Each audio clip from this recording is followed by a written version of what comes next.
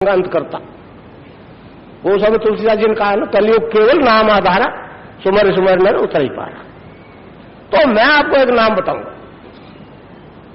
देखिए, आज तो हमने धर्म की स्थिति वो कर ली कि इतना कॉम्प्लिकेशन है कि समझ में नहीं आता कि रास्ता क्या है, सच्चाई क्या है। हर आदमी, हर धर्माचार्य एक दूसरे से कंट्राडिक्टरी बात कर रहा है। अब किसकी माने? एक किताब कुछ कहती है, दूसरे ने कुछ लिख दिया, तीसरे ने कुछ लिख दिया। तो वो विद्या है अपरा विद्या, जो आप लिख पढ़ रहे हो। मैं उस विद्या को कुछ नहीं जानता, मैं तो इस शरीर रूपी ग्रंथ को पढ़ना जानता हूं। मेरे गुरुदेव ने तो इसको पढ़ना सिखाया, मैं इसको पढ़ाना सिखा दूंगा। आपके पास सबके है ये किताब। तो इस शरीर रूपी ग्रंथ को एक पढ़ने का तरीका है, इसे पैरासाइकोलॉजी कहते हैं, परामनोविज्ञान। आज जो ट्रीटमेंट हो रहा है, मैं वैज्ञानिकों को कहता हूं, डॉक्टर्स को कहता हूं कि आपका विकास केवल साइकोलॉजी तक है। भय बताते हो ऐसा हो जाएगा, मर जाएगा, ये रोग ऐसा है, हम कहते हैं मान जा। भय बताते हो, साइकोलॉजी भय नहीं बताती। वो शरीर रूपी ग्रंथ को पढ़ने का एक तरीका है, मैं तो बताऊंगा, उससे आप आराम से इसको घर बैठे पढ़ लो। सारा ब्रह्मांड अंदर है, तो फिर हिमालय की कंदराओं में जाके आराधना करने की जरूरत क्या है? हिमालय अंदर ही तो है, बाहर है ही नहीं।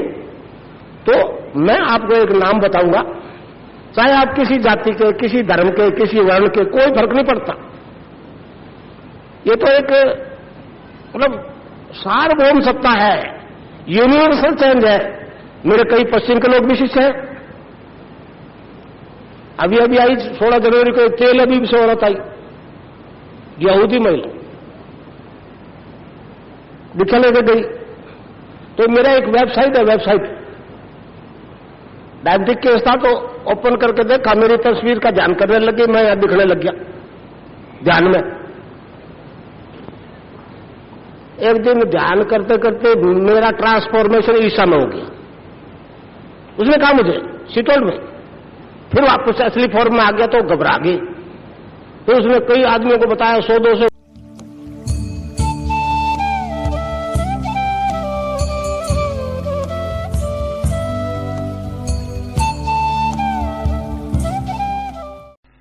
ताकि इस पथ पर चलने में आपको कठिनाई नहीं होगी। क्योंकि आज हिंदू धर्म के बारे में जो प्रचार प्रसार हो रहा है, उसमें ऐसी क्रियात्मक कोई रिजल्ट देने की विधि नहीं है। देखिए, हमारा दर्शन वेदांत कहलाता, वेदांत। वेदांत प्लस योग, फिर पूर्ण दर्शन होता है। अभी केवल वेदांत की किताबें बांटने हम पढ़ रहे हैं, योग के बिना मामला पार नहीं पड़ रहा। तो आज जो योग के नाम से बिक रहा, वो योग नहीं है। भारतीय योग दर्शन में जिस योग की बात कही है, उसका तो मेन उद्देश्य मोक्ष है। उसका मेन उद्देश्य मोक्ष है, रोग है ही नहीं। मगर आज योग जो है रोग का पर्यायवाची बन गया। योग की बात सुनते ही कोई न कोई रोग के लिए कार्यक्रम है। हमारा योग रोग की बात नहीं करता, वो तो मुक्ति की बात करता है। मगर मुक्ति तो मनुष्य की उच्चतम स्थिति है, आखिरी विकास है, पूर्ण शांति की स्थिति है। मोक्ष के बारे में बड़ी अजीब अजीब कल्पना है। वो ईसाई दर्शन कहता है मर के हेवन में जाएंगे तो मुक्ति होगी, और हमारा दर्शन कहता है मुक्ति सुक्ति यही होगी, हेवन वैन और कहीं नहीं है, यही है। मगर हम इस बात को प्रूव नहीं कर पा रहे थे, इसलिए अधिकतर लोग आते प्रोग्राम्स में, 90% रोग ही रोग वाले आते हैं। मैं डॉक्टर थोड़ा ही हूं, समझे, मगर रोग जरूर ठीक होते हैं। तो मैं आपको एक तरीका बताऊंगा, आपका अपने आप से परिचय करवाऊंगा, आप क्या हो। दूंगा कुछ नहीं, किसी गुरु के पास देने लेने की गुंजाइश नहीं। मेरे इस शरीर में आपके शरीर में कोई अंतर नहीं भाई। मेरे पास कोई ऐसी एडिशनल चीज नहीं जो आपके पास नहीं और मैं दे दूं। आप जन्म से पूर्ण हो, समझ नहीं पा रहे आप क्या हो। तो मैंने तो आपको अपने आप से इंट्रोडक्शन करवाना है, आप क्या हो, कुछ देना लेना नहीं। आप जन्म से पूर्ण हो, नहीं समझ पा रहे हो क्या है। गुरु केवल रास्ता बताता है। चलने के लिए तो शिष्य को मंजिल पे तक कोशिश करनी पड़ती है, चलना खुद को पड़ता है। मैं एक तरीका बताऊंगा, उस तरीके से आप आराधना करोगे तो ही आपको फल मिलेगा, तो ही आपको लाभ होगा। ये आज का टाइम खराब कर दिया और जो बताऊंगा वो आराधना नहीं करोगे तो कुछ नहीं होगा। तो हमारे धर्म में मनुष्य एक जन्म में 2 जीवन जीता है। पहले जन्म लेता भौतिक माता पिता, पहले गुरु वो जो इस 8 मास के शरीर की रचना करते, दूसरा आध्यात्मिक गुरु जो आत्म साक्षात्कार करवाते। हमारे धर्म में मान्यता है ना, गुरु के बिना मुक्ति नहीं होगी। वो कर लिया जिसको, वो कोई गुरु के पास मुक्ति खिलौना है, आपको जाते हाथ में पकड़ा देगा। मुक्ति एक क्रियात्मक परिवर्तन है और साइंटिफिकली प्रूव हो रहा है। विज्ञान वाले हैरान इसलिए है कि ये क्या कर रहा है। डॉक्टर लोग बहुत परेशान है, हैरान भी है, जिज्ञासु भी है, आते भी बहुत है दीक्षा में, बहुत डॉक्टर मेरे शिष्य हैं। पर मैं उनको कहता हूं, देखियो एक डॉक्टर अंदर और बैठा है, अरे आदमी के अंदर है, वो आपके अंदर बैठा हो डॉक्टर। मैं तो उससे परिचय करवाऊंगा। बाहर वाले डॉक्टर को छोड़िए, नहीं देखिए, विज्ञान तो अपने आप एक सच्चाई है, मगर अभी अपूर्ण सत्य है। दर्शन एक पूर्ण सत्य है। तो ये भारतीय दर्शन है जो मूर्त रूप ले रहा है। कोई एबनॉर्मल परिवर्तन नहीं हो रहा है, कोई जादू नहीं है, कोई करिश्मा नहीं है। ये विकास ड्यू था, शुरू हो गया, कुछ भी आश्चर्य की बात नहीं। तो गुरु एक तरीका बताता है आराधना करने का। अब अलग अलग युगों में अलग अलग तरह की आराधना होती रही। सतयुग की अलग थी, द्वापर की अलग, त्रेता की अलग, कलयुग की अलग। तो वो काम जो द्वापर त्रेता सतयुग में करते थे वो हम नहीं कर सकते, वो हमारी सामर्थ्य नहीं उतनी, वो नहीं कर सकते। इसलिए धर्माचार्य कहते हैं फिर तो भगवान नहीं मिलेगा। कहां है, ढूंढे कहां जाएगा, छिप के कहां जाएगा, अंदर बैठा है, छोप नहीं सकता, अभी बोलेगा। मगर वो अंदर घुसने का तरीका नहीं, बाहर ढूंढ रही है दुनिया। तो योग का एक सिद्धांत है, तो जो ब्रह्मांड में वो सारा पिंड में, जो पिंड में वही ब्रह्मांड में। जब सारा ब्रह्मांड आप में है तो फिर बाहर कुछ भी नहीं है। आपको जो कुछ मिलेगा आपके अंदर से मिलेगा, बाहर से उम्मीद करना व्यर्थ है भाई। तो अब कलयुग में मतलब आराधना का जो हमारे दर्शन में विधि है कि कलयुग में केवल हरिनाम का जप ही सारी समस्याओं का अंत करता। वो सब तुलसीदास जी ने कहा ना, कलयुग केवल नाम आधारा, सुमर सुमर नर उतर ही पाया। तो मैं आपको एक नाम बताऊंगा। देखिए आज तो हमने धर्म की स्थिति वो कर ली कि इतना कॉम्प्लिकेशन है कि समझ में नहीं आता कि रास्ता क्या है, सच्चाई क्या है। हर आदमी, हर धर्माचार्य एक दूसरे से कंट्राडिक्टरी बात कर रहा है। अब किसकी माने? एक किताब कुछ कहती है, दूसरे ने कुछ लिख दिया, तीसरे ने कुछ लिख दिया। तो वो विद्या है अपरा विद्या, जो आप लिख पढ़ रहे हो। मैं उस विद्या को कुछ नहीं जानता, मैं तो इस शरीर रूपी ग्रंथ को पढ़ना जानता हूं। मेरे गुरुदेव ने तो इसको पढ़ना सिखाया, मैं इसको पढ़ाना सिखा दूंगा। आपके पास सबके है ये किताब। तो इस शरीर रूपी ग्रंथ को एक पढ़ने का तरीका है, इसे पैरासाइकोलॉजी कहते हैं, परामनोविज्ञान। आज जो ट्रीटमेंट हो रहा है, मैं वैज्ञानिकों को कहता हूं, डॉक्टर्स को कहता हूं कि आपका विकास केवल साइकोलॉजी तक है। भय बताते हो, ऐसा हो जाएगा, मर जाएगा, ये रोग ऐसा है, हम कहते हैं मान जा, भय बताते हो।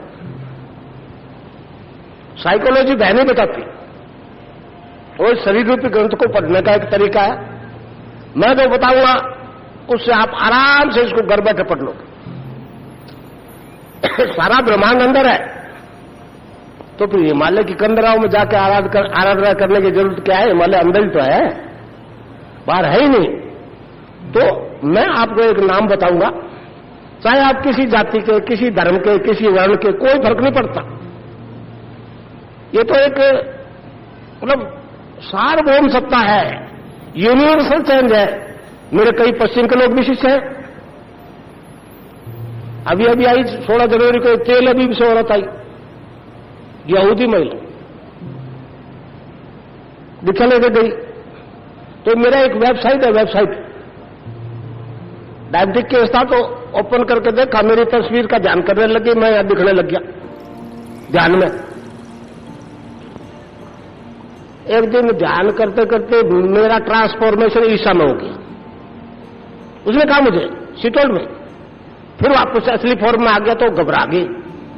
फिर उसने कई आदमियों को बताया, 100-200 को, सबको यही होगा, तो भगी हुई आई। तो मैं आपको पहले भी कहता था, आज भी कहता हूं कि वो लाल चमड़े वाले टिड्डी दिल की तरह यहां आएंगे इस ज्ञान के लिए, आज लूटने के लिए आ रहे हैं, फिर इस देश की सेवा करने के लिए आएंगे। ये बहुत जल्दी होने वाली बात है। मैं सुखद कल्पना में बिल्कुल विश्वास नहीं करता। और सुखद कल्पना जो मर्जी कर लो, कौन पूछता है, कौन मना करता है?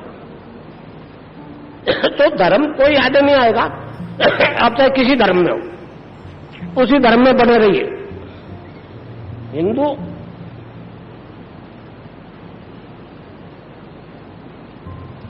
धर्म परिवर्तन के सिद्धांत में विश्वास करते नहीं करता।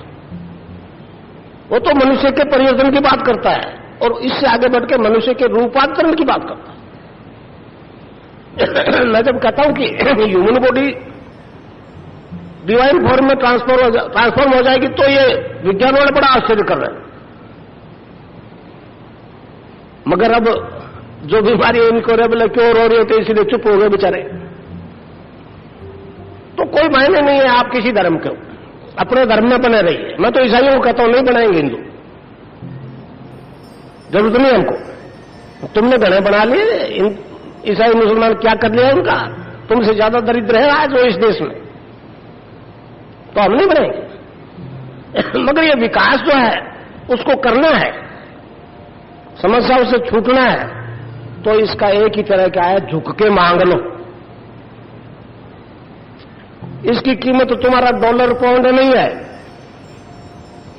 अभी अभी एक एड्स का केस ठीक हुआ, तहलका मच गया, खासतौर से अमेरिका में। तो अब हमारा योग जो है, जब मुक्ति की स्थिति में पहुंचाता है, तो रोग तो रास्ते में रोड़े अटकते, भौतिक समस्याएं, अनेक तरह की बीमारियां, ये तो मतलब उस स्थिति तक पहुंचने के लिए रुकावटें हैं, उसको प्रकृति अपने आप ठीक करेगी, चाहे आपको कोई बीमारी है। मगर नाम जो मैं बताऊं वही जपना है, उसमें एडिशन अल्ट्रेशन कोई नहीं करना, बस उसी से फैसला होगा। अब हमारा धर्म देखिए पूर्ण रूप से साइंटिफिक धर्म है। अब कोई बिना दवाई के अंदर केमिकली परिवर्तन आता है, क्यों एड्स ठीक हो गया? मैं पहले बोलता नहीं था, मैं आपको बताऊं, एड्स कैंसर के बारे में नहीं बोलता था। अब एक जब कैंसर ठीक हुए शुरू में, तो एक कैंसर के डॉक्टर मेरे पास आए। वो आप अपने राजस्थान में अजमेर में आर.के. चौधरी है, हॉस्पिटल स्टूडेंट है। तो मेरे को लगा जी क्या कर रहे हो, ये बड़ा अजीब बात है, मैंने सुना कई कैंसर केस ठीक हो गए। मैंने कहा डॉक्टर साहब आप तो कैंसर के डॉक्टर हो। मैंने एक बीबीसी से न्यूज सुनी थी 8-9 साल पहले, तो उन्होंने कहा था कि कुछ ऐसे जीन्स पैदा हो जाते हैं, ऐसे मनुष्य में विजातीय तत्व पैदा हो जाते हैं जो आदमी के टिश्यूज को आत्महत्या करने के लिए ऑर्डर देते, हुक्म देते, और उसका हुक्म मान करके वो टिश्यूज जो है मरने लगते। शरीर गल जाता है, आदमी मर जाता है। मैंने कहा तो रेडियो था, आप क्या कहोगे, आप तो कैंसर के डॉक्टर। उन्होंने कहा जी रोकड़ा तो ये है, हमको नहीं समझ में आ रहा कि कैंसर का कारण क्या है। वो एड्स का तो कतई नहीं समझ में आ रहा, उसमें तो कीमोथेरेपी दे रहे हैं, मतलब पार नहीं पड़ रही। तो मैंने कहा फिर देखो हमारी सुन लो आप। हमारा सिद्धांत कहता है जो ब्रह्मांड में है वो सारा पिंड में। जब सारा ही अंदर है तो फिर देवता भी अंदर है और राक्षस भी अंदर है, दोनों अंदर है। एक आदमी कोई शैतान राक्षस किसी कारण से प्रभावी हो गया, वो तो अपना काम करेगा। उसको ये डॉक्टर एड्स, कैंसर, हेपेटाइटिस भी पता नहीं क्या क्या कह देते हैं। मैंने कहा डॉक्टर साहब जिसके ये बीमारी है, देवता भी तो उसी के अंदर बैठा है ना। किसी विधि से उस आदमी में जिसमें राक्षस चेतन हो गया देवता प्रभावी हो जाए, वो तो पावरफुल ज्यादा होता है राक्षस से। तो कहेगा मत मान इसका ऑर्डर, उसने ऑर्डर मानना बंद किया तो क्या होगा। तो डॉक्टर साहब ने कहा जी फिर तो कैंसर क्योर होना चाहिए। उसमें मैंने कहा जी मैंने अभी कह सकता कि क्योर होगा कि नहीं होगा, मगर हमारे हिसाब से क्योरेबल होना चाहिए। और उसके बाद में तो पता नहीं कितने कैंसर केस क्योर हो गए, 100-150 तो एड्स के केस क्योर हो गए। मगर ये एक ऐसी बीमारी, इसके बारे में एक भ्रांति है कि आदमी उसके चरित्र पर शक करते हैं, इसलिए कोई आदमी इसको आउट नहीं करना चाहता। अब कई आदमी आए मेरे पास ठीक होकर के, जोधपुर का एक जैनी बहुत पैसे वाली पार्टी सूरत काम करता आया, सारा बताया। मैंने कहा तो फिर आप रिपोर्ट ला दो पॉजिटिव नेगेटिव की। तो कह लगे जी आपको क्या मिलेगा, 1 करोड़ रुपये ही दूर हो जाएगी, समाज में 1 करोड़ की इज्जत हो जाएगी। रोने लग गया। मैंने कहा जा तू जा, कोई न कोई आएगा। अब एक आदमी आ गया बहोरलाल नाम का, उसको एड्स थी।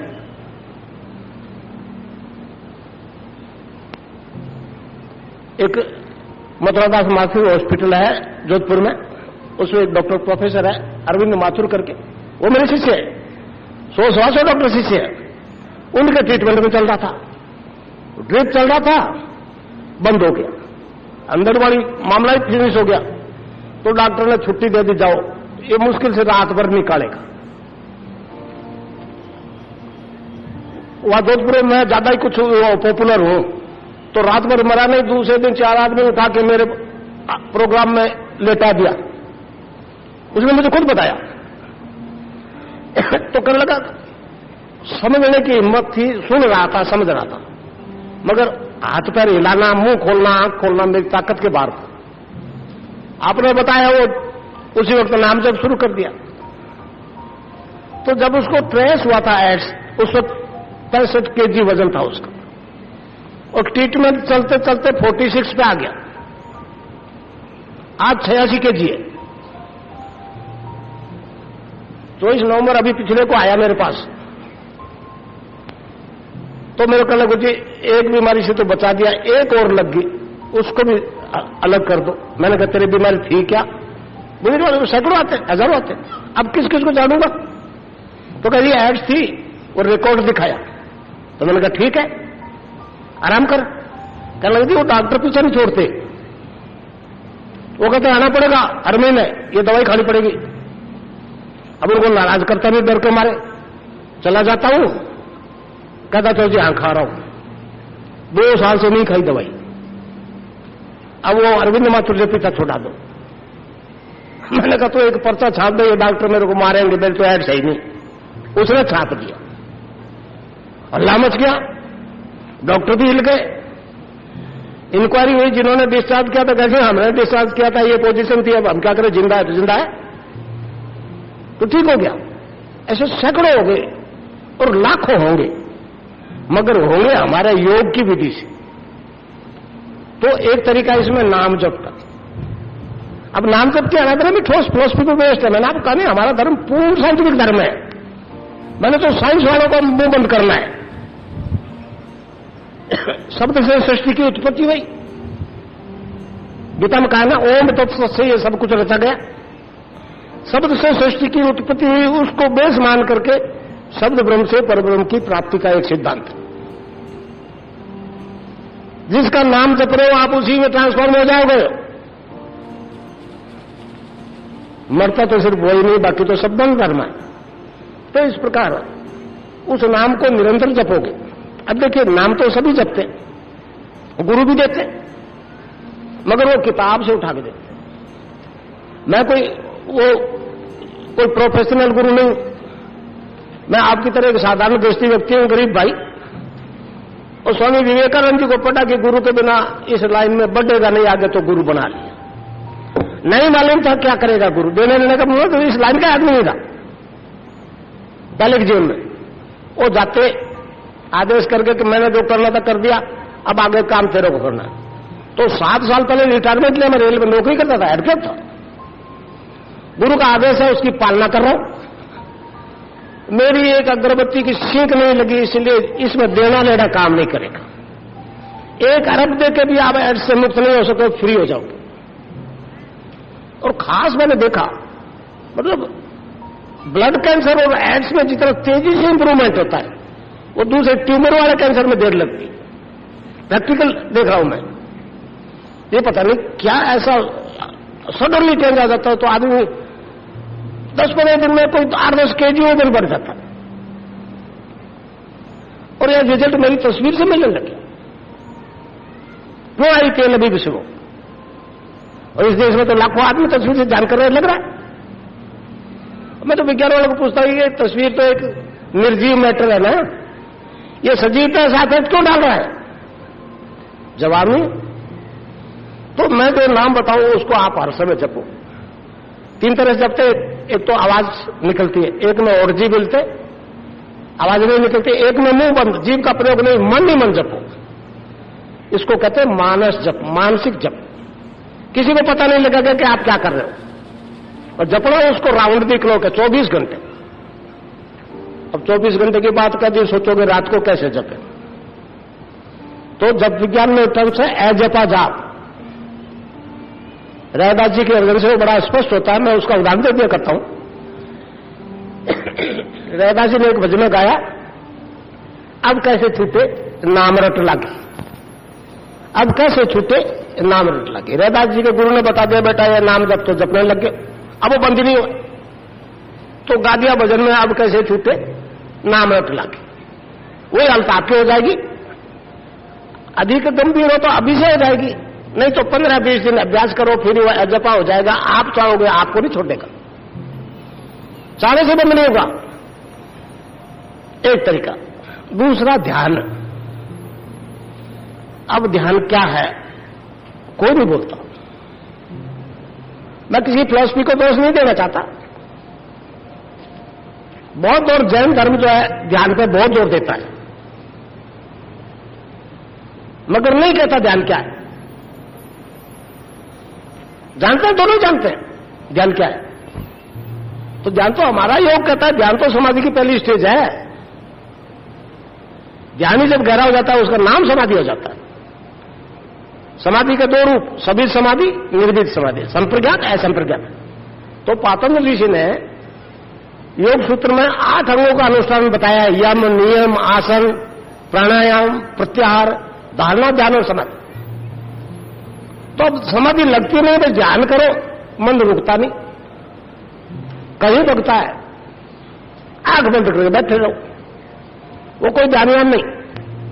विचार कुछ हो रहा है, दिमाग कहीं जा रहा है, शरीर कहीं बैठा है, चिंता कोई है, वो क्या ध्यान है? ध्यान में तो केवल ईश्वर के अलावा किसी का ध्यान रहना ही नहीं चाहिए। तो पारनी पड़ रही है। ये सन्यासी जो नाथ संप्रदाय के होते हैं, मैं एक नाथ का चेला हूं, भगवे वस्त्रधारी नाथ का चेला हूं, उनकी कृपा से ये रिजल्ट मिल रहा भाई, समझे? तो अब उनका आदेश है, इसको बांटने निकल गया और पूरे विश्व में जाऊंगा। तो इस प्रकार अब ध्यान कहां करो? पूरा ब्रह्मांड अंदर है, तो फिर किस जगह करो ध्यान शरीर के? तो लोग अलग अलग ऐसी कल्पना करो, आप यहां ध्यान करो, ऐसी कल्पना करो। और हमारा धार्मिक सिद्धांत क्या कहता है? वो परम सत्ता तो कल्पना अतीत है। जब कल्पना अतीत है तो फिर कैसी कल्पना कराई जा रही है? कल्पना करना शेख चिली का काम है, धर्म में कल्पना की कोई गुंजाइश नहीं। इसलिए आपको कुछ भी नहीं कल्पना करनी। यहां मन को रोको। देखिए, आपने देखा शिव की तीसरी आंख, आजकल तो सब तस्वीरें में होती है, वो आप सबके है, वो 10वां द्वार है, वो तीसरा नेत्र है, वो अंदर खुलता। बाकी सारी इंद्रियां बाहर देख रही है, आप कोशिश बाहर ढूंढने कर रहे हो, है नहीं, बात तो मिलेगा क्या? ये खुल जाएगा तो फिर कोई समस्या नहीं रहेगी। इसलिए इस जगह ध्यान करो जहां शिव की तीसरी आंख, जहां आप लोग बिंदी लगाते हो, आदमी भी टीकी लगाते, यहां मन को रोको। अब मन नहीं रुकता, फिर गुरु को देखो। गुरु क्या है? ये शरीर गुरु नहीं है, इसकी तो बहुत थोड़ी सी सीमा है। गुरु तो हजारों में होता है, वो तो आपके अंदर बैठा है। जो अंदर बैठा है उससे मैं इंट्रोडक्शन करवा दूंगा, सेवा करनी पड़ेगी उसकी, दोस्ती उससे करनी पड़ेगी, तो सारा कुछ फैसला हो जाएगा। तो इसलिए यहां गुरु को देखो। मैंने जब ये काम शुरू किया, मैं गृहस्थी आदमी आपकी तरह बताया नहीं, तो मेरा छोटा छोटा लड़का साइंस मैथमेटिक्स का स्टूडेंट, अब मेरे से बड़ी उम्र के भी आवे तो पैरों का हाथ लगावे, तो उसने कहा ये क्या अड़ंगा है? मेरे को लगी बाजी क्या कर रहे हो? मैंने क्यों भाई? कहने लगे हमारे प्रिंसिपल साहब दरवाजे के सामने खड़े रहते हैं, आगे से निकल जाते, जयराम जी निकलते, वो गुरु नहीं क्या? क्या करूं? स्टार्टिंग का टाइम 2-4-5 महीने हुए निकले को, फंस गया। टालने की कोशिश की, मैंने कहा तो मास्टर है। उसने कहा जी ये तो शब्दों की हेराफेरी है, अर्थ तो वही। क्या करे? तो भगवान तो देता तो सद्बुद्धि वही है, अंदर बैठा। निकल गया रास्ता, एक चुंबक का टुकड़ा था, पिन्नों पर रखा, चिपक गई पिन, लटकी, बहुत पावरफुल चुंबक थी। मैंने कहा कौन पकड़ रहा, दिखता नहीं ना? और साइंस मैथमेटिक्स का था तो फौरन जवाब देती तो गुरुत्वाकर्षण है। मैंने कहा भाई इस तरह का गुरुत्वाकर्षण मेरे में पैदा हो गया गुरु की कृपा से। उसके सामने झुकते, मेरे सामने नहीं झुकते। ये झुक रहे हैं, इनके इस नाथ के सामने झुक रहे, समझे? तो गुरुत्वाकर्षण गुरु है, ये शरीर नहीं है गुरु। तो इस प्रकार यहां गुरु का ध्यान करो, उसके बाद में आपकी ड्यूटी खत्म। अगर गुरु में सच्चाई है तो आगे का काम शुरू हो जाए, और नहीं तो भाई आंख बंद किए बैठे रहो। मैं तो कहता हूं दूसरा गुरु देखो, गुरु बनाना कोई फॉर्मेलिटी नहीं है। अब दूसरा गुरु बना लिया, क्योंकि मुक्ति नहीं होगी इसलिए डर के मारे बना लेते। वही खान पान आचरण रहन सहन जो गुरु बनाने से पहले थे, बाद में भी वही। तो दूसरा जन्म कैसा? दूसरा जन्म एक वस्तु स्थिति है, एक क्रियात्मक परिवर्तन है, वो कोई काल्पनिक स्थिति है नहीं। मगर ऐसा करवा नहीं पा रहा था, इसलिए बस चल रही है, पोल चल रही है, खूब चल रही है, धरने से चल रही है, योग दिख रहा है, और पश्चिम में ज्यादा दिख रहा है। तो यहां ध्यान करो। अच्छा, ध्यान के लिए एक ही शर्त है, खाली पेट हो, कोई चीज खाके मत करो। सुबह सुबह ज्यादा अच्छा हो सूर्योदय से पहले। नहाने की सुविधा बहुत अच्छी, नहीं तो बिना नहाए चलेगा, क्योंकि ये तो अंदर की सफाई है। बाहर वाला तो हमने बहुत साफ कर लिया ना, तेल साबुन लगा के तो पार तो नहीं पड़ी। तो ये अंदर वाला साफ होगा उस नाम से, सारा मैल साफ हो जाएगा, सारी समस्याएं खत्म हो जाएगी। तो अगर गुरु अधिकृत है इसको बांटने का, तो क्या होगा? तो फिर उस नाम, क्योंकि चेतन है वो नाम, एनलाइटेड है, उस जप के कारण से आपकी कुंडलिनी जाग जाएगी। अब कुंडलिनी को आप लोग बाहर देवी के रूप में पूछते हो ना, कोई दुर्गा कह दो, अंबा कह दो, राधा कह दो, सीता कह दो, एक शक्ति। शक्ति के बिना कोई काम होता ही नहीं। आपने पढ़ा होगा आदि गुरु शंकराचार्य जी ने, और शिव के स्तोत्र लिखने शुरू कर दिए। देवी ने देखा बड़ा बेवकूफ आदमी, मेरे बिना काम कैसे चलेगा इसका। ताकत खींच ली, शंकराचार्य जी हड्डियों को ढांचा रह गए, और फिर भी नहीं समझा कहना बेवकूफ है। दूर से निकली, दूध ले लो, दूध लिए हुए। उन्होंने कहा मारी मेरे को भी दे जा दूध। कल लगा जा, कल लगा वहां तक आने की शक्ति नहीं है। उन्होंने कहा तू शक्ति को मानता है क्या? अपना असली रूप दिखाया, शिव जी को हाथ जोड़ दिया, महाराज अब नहीं पार पड़ेगी। और शक्ति के स्तोत्र लिखने शुरू कर दिया। आदि गुरु शंकराचार्य की बात है। तो वो कुंडलिनी शक्ति है, वो जगत जननी है, वो रीढ़ की हड्डी के आखिरी हिस्से में है, सुसुप्ति में रहती है हर एक व्यक्ति में। वो जागृत होती है, ये तीसरी आंख खुल जाती है। ये काम साइमल्टेनियसली एक साथ होता है और होगा नाम जब से।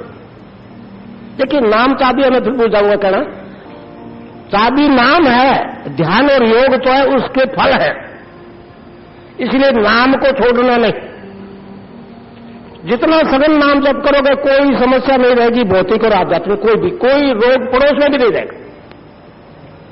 तो इस प्रकार जो कुंडलिनी योग करवाएगी, अब किधर मुंह कर लो, कौन सी दिशा में भगवान नहीं, और कुछ आसन बिछाओ कि पता नहीं क्या क्या आसन बिछाओ, उत्तर की तरफ मुंह करो, दक्षिण में नहीं है क्या? और फिर नहीं रिजल्ट मिल तो कहते हैं ये गलती कर दी, वो गलती कर दी, ऐसा कर दिया, इसलिए नहीं हुआ। कोई गलती नहीं होगी, आराम से बैठो, किधर ही मुंह कर लो, यहां गुरु को देखो, नाम तो चालू रहना चाहिए। अब वो क्या है कि वो जो ही कुंडलिनी जागृत होगी, वो साधक के शरीर को प्राण मन और बुद्धि अपने कंट्रोल में कर लेगी और सारी योगिक क्रियाएं स्वयं सीधा अपने कंट्रोल में कराएगी, अपने आदेश से कराएगी। साधक उसमें चाह करके भी इंटरफेयर नहीं कर सकता, हस्तक्षेप नहीं कर सकता। पहले पहले तो विज्ञान वाले बड़े अड़ते थे, मैंने कहा आ जाओ फिर फैसला कर ले। अब तो नहीं बोलते, अब तो रिकमेंड कर देते हैं। हॉस्पिटल जयपुर से कहीं रिकमेंड होकर मेरे पास आए ब्लड कैंसर के, वो पता नहीं क्या क्या केस, क्योंकि रिजल्ट मिल रहा है। तो कुंडलिनी जागृत होकर के फिर योग करवाएगी, उसी सिस्टम का करवाएगी जो आपका काम नहीं कर रहा प्रॉपरली। डायबिटीज वालों का अलग, गठिया वालों का अलग, मतलब जो रोग है जिसके कारण से जो अंग विशेष डैमेज हो गया है, प्रॉपरली काम नहीं कर रहा है, उसको स्टिमुलेट करेगी, टोनअप करेगी। और जब तक वो पूर्ण स्वस्थ नहीं होगा तब तक वो क्रिया रहेगी चालू। सिस्टम, फिजिकल सिस्टम जितने फिजिकल बॉडी बिल्कुल फिट हो जाएगी, समझे, और रोग प्रतिरोधक शक्ति बढ़ जाएगी। अच्छा, योग में कई तरह की मुद्राएं होती है, बहुत अजीब तरह की मुद्रा होती है।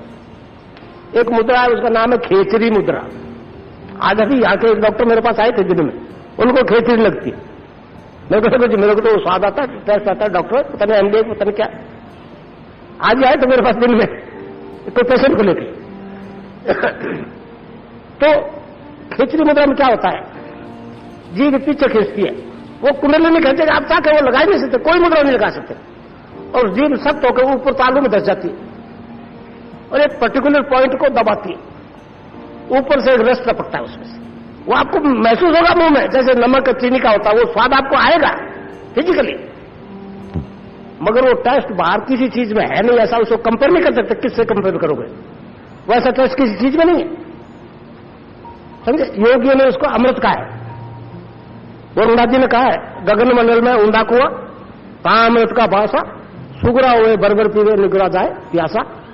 तो अगर वास्तव में अमृत है तो फिर कौन सा रोग ऐसा है जो उससे ठीक नहीं होगा। लाखों शिष्यों को लग रही है खेचरी, आपको लगेगी, अब भी लगेगी। मैं जानता हूं कौन क्या कर रहा है, 15 साल से इस धार्मिक जगत में हूं। कई धर्माचार्य कह देते 20 साल तक ऐसा करो तो कुंडलिनी जाग जाएगी। मैं कहता हूं 20 साल तक गुरु चेला इस दुनिया में भी रहेंगे, इसकी गारंटी है क्या कोई? और 20 साल बाद क्या हो जाएगा जो आज नहीं है, और अब नहीं होगा तो फिर झांसा है, कभी नहीं होगा। और होना होना कुछ नहीं भाई, सब कुछ पहले से तय है, आपकी जानकारी में नहीं। आप पूर्ण हो, बाई बर्थ पूर्ण हो, नहीं समझ रहे आप क्या हो, इसलिए दुख पा रहे हो। तो इस प्रकार, अबे हटा ले इसको, मेरे नहीं, ये बहुत खींच ली मैंने, बहुत फोटो अपरांत है, ये रिफ्लेक्शन मेरे को बर्दाश्त नहीं होता। तो इस तरह से सारी शारीरिक बीमारियां ठीक हो जाएगी। अब रही मानसिक बीमारी, आज तामसिक एटमॉस्फेयर है, तनाव तो रहता ही है, गरीब अमीर सबके रहता। मेरे बॉम्बे में बहुत शिष्य, बहुत पैसे वाले शिष्य, उनकी समस्या हमारे सामने कुछ भी नहीं है, नींद नहीं आती, समझे, तो वो भी खत्म हो जाता है, मानसिक तनाव भी खत्म हो जाता है। अब अब मेडिकल साइंस वाले उसको कैसे ट्रीट करते? तनाव है, बीपी हाई हो गया, पता नहीं क्या क्या हो गया, नशे की दवाई देते। नींद नहीं आई, दे दो कंपास, पता नहीं क्या क्या दे दो। वो नशा उतरा कि वो बीमारी वैसी की वैसी, वो तनाव वैसा का वैसा। अब दवाई का पैसा भी लगता है और उतर जाता है नशा, तो फिर लो, नहीं लो तो भुगतो। नशा तो हम भी कराते हैं, मुफ्त का नशा, एक पैसा नहीं लगेगा और उतरता नहीं। ये और उन वाला उतर जाता है, इसलिए समस्या है। पाग नहीं पड़ी बेचारे डॉक्टरों की, और हम कराते नाम का नशा। ईश्वर के नाम में नशा होता है। नानक देव जी महाराज ने कहा है, भांग धतूरा नानका उतर जाए प्रभात। दिन में खूब को पियो भांग धतूरा, रात को सोओ, सुबह न सके। आगे कहते हैं नाम कुमारी नानका चढ़ी रहे दिन रात, उतरती नहीं। कबीरदास भी यही कहे, नाम अमल उतरे ना भाई, और अमल छिन चढ़ उतरे, नाम अमल दिन बढ़ाए सवाया।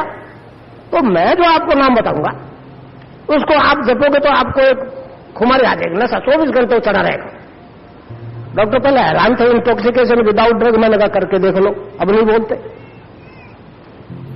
तो जो नाम बताऊंगा वो क्योंकि चेतन है, गुरु का आदेश है, तो उसकी एक खुमारी आ जाएगी।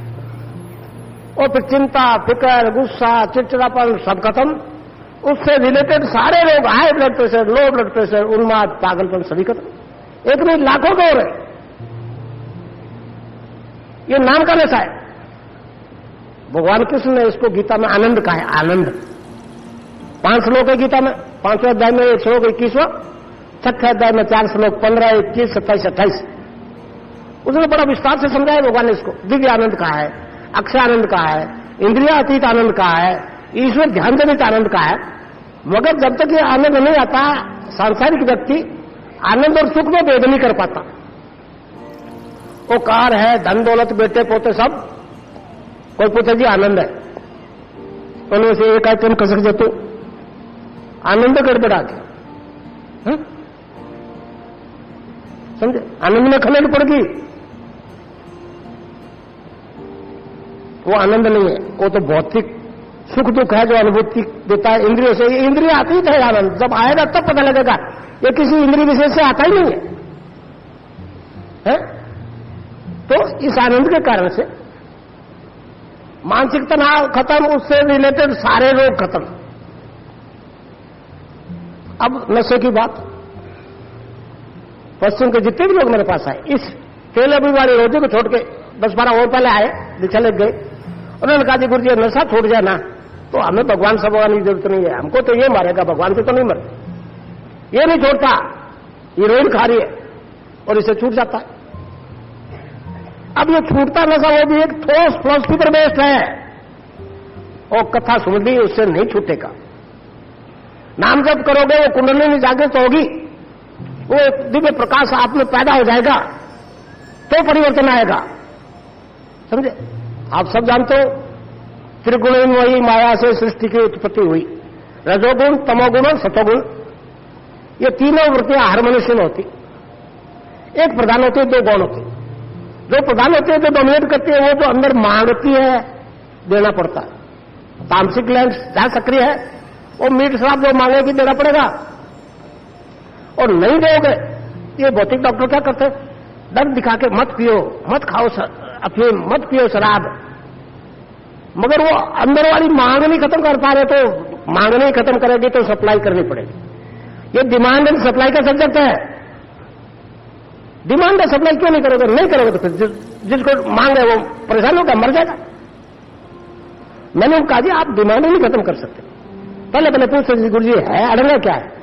मैंने कहा जी अब क्या बताऊं डॉक्टर साहब, आपकी साइंस तो टेस्ट ट्यूब में कह दे, उसके बाहर रिजल्ट की कल्पना नहीं कर सकते आप। अब वृत्ति क्या होती है, तत्व क्या होता है, ये तो आपकी उस साइंस में तो पकड़ में नहीं आता, तो आपको कैसे समझाया जा सकता है? मैंने कहा 3 वृत्तियां होती है। जो प्रधान होती है वो मांगती है, खाना पड़ता है।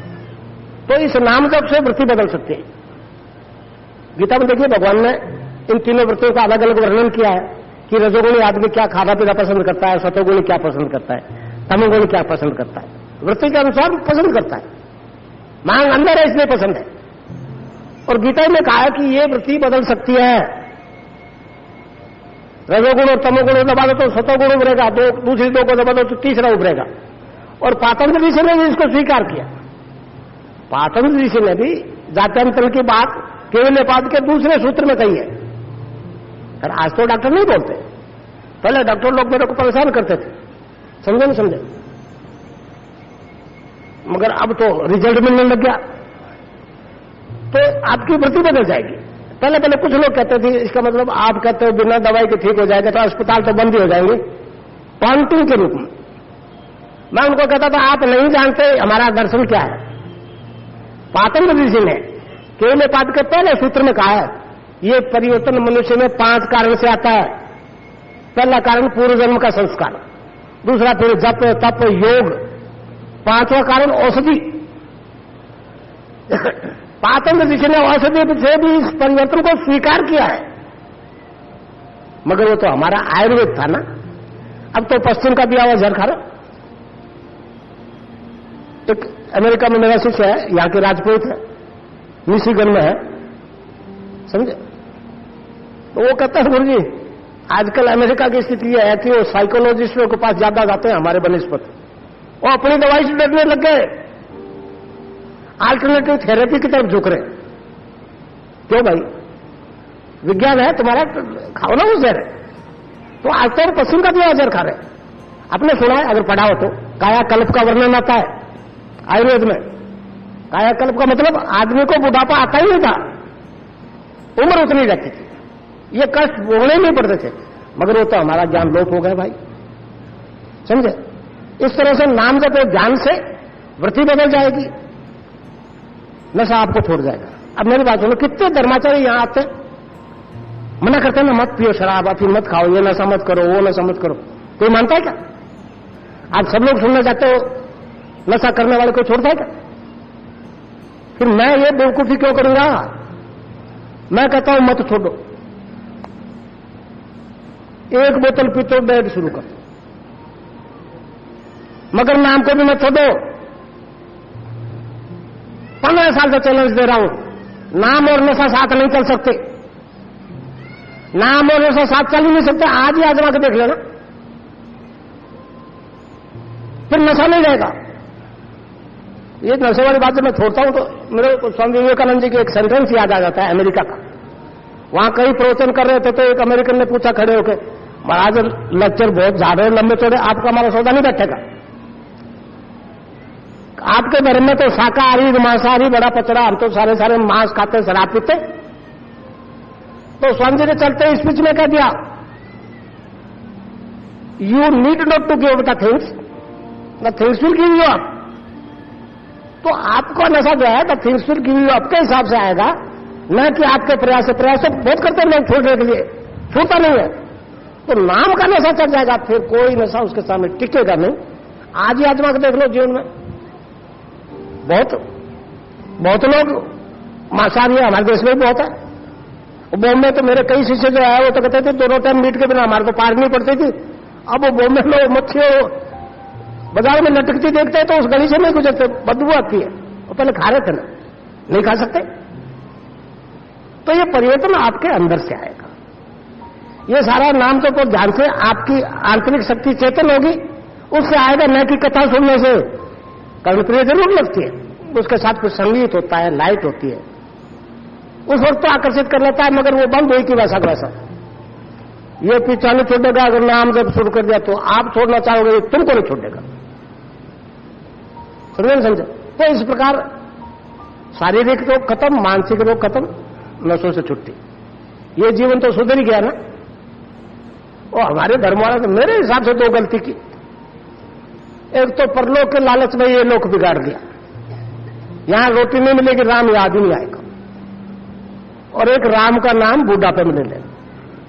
वो जवान लड़के लड़कियों को माँ बाप कहते हैं जी मंदिर जाके कथा पाठ की, ये कर के वो कर, फौरन जवाब दे देते हैं आपकी उम्र में आएंगे तो कर लेंगे, अभी क्या है उम्र थोड़ी।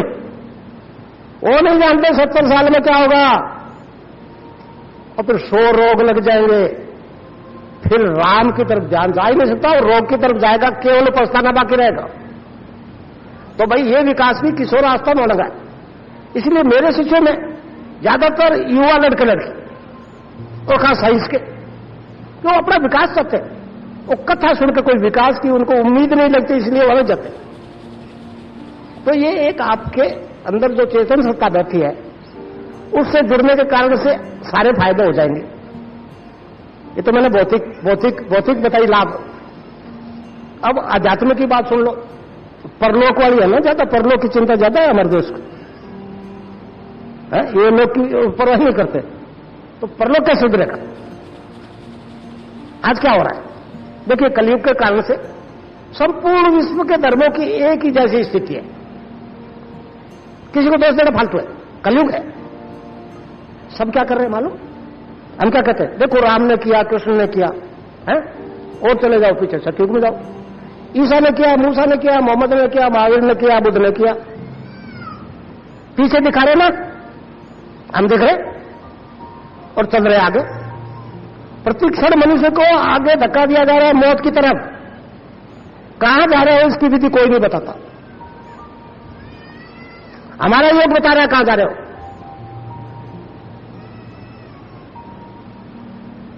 ये भी बताता है कहां से है और जा रहे हो कहां, ये भी बताता है। उसकी सेल्फ रियलाइजेशन और सेल्फ विजुलाइजेशन करवाता है, और वो भौतिक रूप में करेक्टली घटती है। तो नाम जप और ध्यान जप करोगे तो आपको कई प्रकार की सिद्धियां होगी। सिद्धियां पातल ऋषि ने उनका नाम बताया अलग अलग। एक विभूतिपाद है, विभूतिपाद 30वां चैप्टर है, उसमें सिद्धियों का वर्णन है। तो एक सिद्धि का नाम है प्रातिभ ज्ञान। जब प्रातिभ ज्ञान प्राप्त हो जाता है, आपको किसी ज्ञान के लिए प्रयास नहीं, आपको तो केवल नाम जप और ध्यान। ये ज्ञान तो आएंगे और पीछे चले जाएंगे, इनके चक्कर में फंसना। जब प्रातिभ ज्ञान प्राप्त हो जाता है तो साधक को ध्यान की स्थिति में अनिश्चित काल का भूत भविष्य दिखता है, सुनाई देता है। मेरी बात है, विज्ञान वाले मानते क्या? अब जब रिजल्ट दे रहा हूं, जब दिख जाता है, जो वही घटना हो जाती है, क्या कहेंगे? तो आपको जब प्राथमिक ज्ञान प्राप्त हो जाएगा तो ध्यान और समाधि की स्थिति में आपको अनलिमिटेड पास्ट फ्यूचर दिखेगा, सुनाई देगा, और जो दिखेगा वो घटेगा।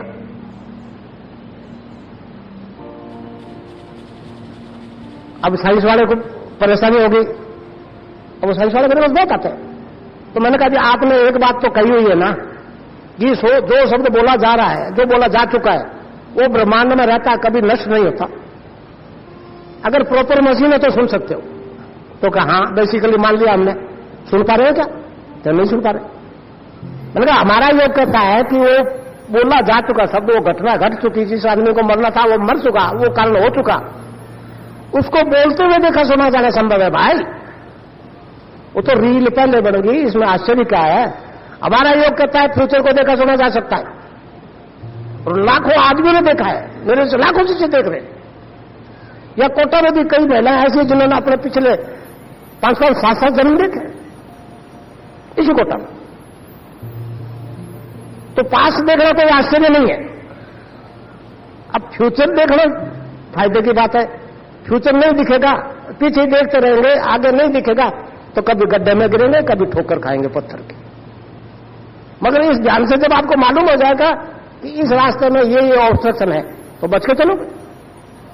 मतलब फेलियर नहीं होता है इसी। ये एक ऐसा योग है जो आदमी को जीवन में पूर्ण सफलता प्रदान करता है, भौतिक और आध्यात्मिक दोनों। ये काल्पनिक ज्ञान नहीं है, ये विज्ञान है, हमारा विज्ञान। अब इस कारण साइंस वाले आ रहे। परंतु पश्चिम, मैं अभी बॉम्बे था तो वहां पता लगा कि पश्चिम को वेदांत दर्शन तो पढ़ के स्वामी विवेकानंद जी ने बता दिया, मगर उसका दूसरा पक्ष योग नहीं बोला। और इसलिए कहते हैं वो साल्वेशन तो हमारा धर्म बताता है। स्वर्ग में जाकर साल्वेशन की बात करते हैं वो लोग। मैंने कहा स्वर्ग अगर यही आ जाए तो फिर साल्वेशन तो यही हो जाएगा ना। वो कहते हैं झूठ बोल रहे हो, हमको भरमा रहे हो, वो मानते नहीं। केवल ईसाई इसलिए मुक्ति देगा, वो कहे ईसाई बनो तो मुक्त होगे, वो कहे मुसलमान बनोगे तो मरोगे तो मुक्ति पाओगे, नहीं तो नरक में जाओ। खुले शब्दों में कहते हैं हमको वो। अरे मैंने उनको कहा भाई नरक स्वर्ग यही है, ऐसी ये आपकी भ्रम है। तो अब जब वो देख लेंगे फ्यूचर में घटना है और वही घटेगी तो फिर क्या करेंगे? तो इस तरह से आपने अगर ध्यान के दौरान जो फ्यूचर दिखागा, भविष्य दिखागा, उसमें कई आदमियों की मौत दिख गई है भाई, मौत दिखेगी उसी की जो आपका परिचित है, तो पता लगेगा कि हाँ ये वो आदमी है, मरेगा। कैसे मरेगा? एक्सीडेंट से मरेगा कि बीमारी से मरेगा, दिख जाएगी, मगर वो करेक्ट टाइमिंग से नहीं मालूम होगा। ये नेचर ने अपने पास छुपा कर रखा है। और इस तरह से ध्यान में कईयों की दिख गई 10, 20, 30 की, और वैसे ही जाते चले गए तो एक विचार जरूर आएगा कि ये गड़बड़ तो नहीं है। एक आधे दिख जाता तो कोई बात नहीं, तो सारे जैसे दिखा वैसे हो रहा। और कहीं ख्याल आ गया तो तू अमर थोड़ा ही रहेगा, तेरा क्या हाल होगा? दिख जाएगा कैसे जाओगे? ये रियलिटी है, ये रिजल्ट मिलेगा आपको अगर सीरियसली आराधना की। अब वो दूसरे 10, 20 मरे, वो प्रैक्टिकली मर गए, कोई दुख नहीं हुआ। वो अपने वाली दिखी तो घबरा गया, क्यों? वो आदमी नहीं दिखा, वो अपनी मौत दिखी, घबरा गया। और फिर जीवन में जो खोटे खरे किए वो सामने आ गई तस्वीर, अरे गलती तो हो गई। आगे यमराज के पास हिसाब किताब होता है, उसे तो छिपेगा नहीं। फिर भगवान को याद करता है, भगवान मैं तो नालायक था, बेवकूफ था, तू तो दयालु, कहते ना दयालु है तो तू माफ कर दे मेरे को। अब जब मौत सामने खड़ी होती है तो सिवाय भगवान के उसको कुछ नहीं दिखता, इतना कंसंट्रेट हो जाता है कि सारी दुनिया, सारा संसार उसके लिए कुछ नहीं, एक ही वो भगवान है। तो आदमी रूपांतरित हो जाता है, मृत्यु का रहस्य उसके समझ में आ जाता है। कबीर ने एक जगह कहा है, जा मरने से जग डरे मोरे मन आनंद, कब मरियो कब पाइयो पूर्ण परमानंद। तो ये आप सबकी स्थिति हो जाएगी, फिर आप डरोगे नहीं उससे, समझ में आ जाएगी कि मौत तो एक ऐसा वरदान है जो जन्म मरण या दुनियादारी के झंझट से पीछा छुड़ाता है। ये स्थिति आपकी भौतिक जीवन में रहते हो जाएगी। ये प्रवृत्ति मार्ग है, संन्यास वाला निवृत्ति है, उसमें बड़े अड़ंगे। मेरे गुड्डे सन्यासी थे, मेरे से वो, मैं तो उसके नाम से डरता हूं। संन्यास का पालन करना बड़ा मुश्किल है। वहां फिर सन्यास ले ले तो कर्मों से संन्यास, समाज देता है खाने पीने को। फिर ईर्ष्या, द्वेष, मोह, लालच नहीं होना चाहिए ना, मगर ये ऐसे दुश्मन है सन्यासी को कहीं न कहीं फांस लेते हैं। फिर केवल भगवान रहते हैं, बाकी कुछ नहीं। ये प्रवृत्ति मार्ग है। गृहस्थ जीवन को निभाते हुए आप उस स्थिति को पार कर जाओगे। कबीर ने एक जगह कहा है, बड़े सटीक उदाहरण दिए, इस शरीर के बारे में कहा है, जल विच कुंभ, और भी कही है मगर ये ज्यादा सटीक है। जल विच कुंभ, कुंभ विच जल है, बाहर भीतर पानी। एक मिट्टी का घड़ा है, पानी से भरा हुआ है, उसको पानी में रख दिया तो बाहर भी पानी, अंदर भी पानी। जल विच कुंभ, कुंभ विच जल है, बाहर भीतर पानी। फिर कहता है विघटा कुंभ, जल जल ही समाना, ये गति गिरने में जानी। वो कहता है गड़ा मट्टी का गड़ जाए तो, फूट जाए तो फिर बाहर वाले पानी में अंदर वाले पानी में आप नहीं भेद कर पाओगे। तो भाई ये शरीर रूपी घड़ा गल जाएगा, ये आखिरी जन्म होगा अगर गंभीरता से नाम के ऊपर ध्यान कर लिया, आराधना और गुरु के प्रति आंतरिक श्रद्धा होनी चाहिए, दिखाने से नहीं होगा। अगर आप कोई केवल बीमारी मिटाने आए हो और कोई हमारे सिद्धांत के अनुसार गुरु के प्रति सद्भाव नहीं है, तो भाई सरदर्द नहीं मिटेगा, साफ सुन लो। और नहीं तो ना एड्स रहेगा ना कैंसर रहेगा। क्यों इतनी गैदरिंग होगी, क्या है मेरे पास? अब आज क्या है, लोग शोकेस को देख करके ज्यादा आकर्षित हो। मेरे पास तो कुछ भी नहीं है, इसके पैसा है ना, टक्का है, वो नाम है जिसको बांटने का आदेश दे दिया, बांट रहा हूं। पात्र सीधा रखेगा, डाल दूंगा तो उल्टा रखोगे, किस में डालूंगा? मजबूर हो। बाकी कोई रोक नहीं है, किसी जाति का आ जाए, किसी वर्ण का आ जाए, किसी धर्म का आ जाए। अब विज्ञान कहता है ना, ब्रह्मांड में शब्द रहता है? हमारे योग भी ये कहता है, आदमी के शरीर 7 प्रकार के तत्वों से बना, आकाश, वायु, जल, अग्नि, पृथ्वी। तो हमारे योग के अनुसार आकाश की सूक्ष्म तन्मात्रा है शब्द। हमारे ऋषियों ने उसको पकड़ा और नाम रख दिया ओम, अर्थात ईश्वर। अब देखिए वो नीचे उतरते आ रहा है। आकाश से वायु प्रकट हुई, उसकी तन्मात्रा स्पर्श, उससे फिर अग्नि प्रकट हुई, उसकी तन्मात्रा स्वरूप, फिर उससे जल प्रकट हुआ, उसकी तन्मात्रा स्वाद, और जल से पृथ्वी प्रकट हुई, उसमें रहती है गंध, सुगंध। और पृथ्वी से हम सब जीव पैदा हुए, जितने भी दिख रहे हैं सब पृथ्वी से पैदा हुए। इस तरह वो पूर्व परम सत्ता नीचे उतरती गई, रूप बदलती गई, इस रूप में आकर बैठ गई। इस प्रक्रिया को बदल दो, एक एक तत्व को जीतते हुए यहां पहुंच जाओगे अपने असली फॉर्म में, तो कुंडलिनी जागृत होकर सहस्रार में पहुंचना ही मुक्ति है। अर्थली एंड हेवनली एलिमेंट्स जो है एक दूसरे में मर्ज हो जाएंगे, न हो जाएंगे। जो एक आर्टिफिशियल दो दिख रहे हैं वो एक हो जाएगा, फिर कोई समस्या ही नहीं रहेगी। तो इस प्रकार भौतिक लाभ, आध्यात्मिक लाभ, सारी समस्याओं का अंत, और बिना पैसे। हाँ, एक बात का ध्यान रखना, जिसने अगर गुरु धारण किया है, पहले मंत्र बताया तो उसको छोड़ना पड़ेगा। दोनों को मिला दो तो नतीजा नहीं मिलेगा। पहले वाला चल रहा है, अच्छा लगता है, चलाओ, इसको मत रखो। अगर वास्तव में मैं जो कर रहा हूं वो परिवर्तन लाना है तो मैं बताऊंगा, वही जपना पड़ेगा। और उसमें भी कई बड़े विद्वान लोग जो है प्रणव लगा लेते, कोई आगे ओम लगा लेता है, कोई पीछे नमे लगा लेता है। ये नहीं है, ये हमारा पढ़े लिखे विद्वान लोग हो। एक हमारा दर्शन है अद्वैतवाद। इस देश में 3 दर्शन खंभ ठोक के खड़े हैं, द्वैतवाद, विशिष्टाद्वैतवाद और अद्वैतवाद। ये देश भी पूरा का पूरा अद्वैतवादी है। अद्वैत तो किताबों में कहते हैं। मेरे को लोग क्या कर रहा है, मैंने कहा अद्वैतवाद मूर्त रूप ले रहा है, मनुष्य अपने असली फॉर्म में बदल रहा है, जिसको हमारा दर्शन कहता है।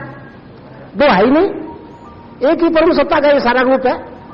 तो ये रूप हुआ, वो अपने असली रूप में भी बदल जाएगा। तो कोई आश्चर्य नहीं है, वो कथा बांटने से नहीं बदलेगा, नाम जपने से। कथा सुन लो भले, और तुलसी चरणामृत मंदिर में ले लिया, 24 घंटे की भगवान की छुट्टी, अगले दिन बाद ₹1.25 चढ़ाया, 1.25 लाख मांग के चले गए। ये वो भगवान नहीं है, ये तो आपके अंदर बैठा है, एक इंच भी नहीं खसकने देगा अपनी इच्छा के खिलाफ, अगर उसे याद कर लिया। घटेड़ का मोड़ ही नहीं देगा। तो इस प्रकार ये परिवर्तन आएगा आप में। ये तो एक हमारा दर्शन तो एक विशाल दर्शन है। मैंने बहुत सूक्ष्म में आपको ब्रीफ समझाने की कोशिश की। भौतिक भाषा में इतना ही समझाया जा सकता है। मेरे को एक शिष्य ने कहा कि पातव्य योग दर्शन में 4 चैप्टर है, समाधिपाद, साधनपाद, विभूतिपाद और केवल्यपाद। केवल्यपाद तो इतना सा है,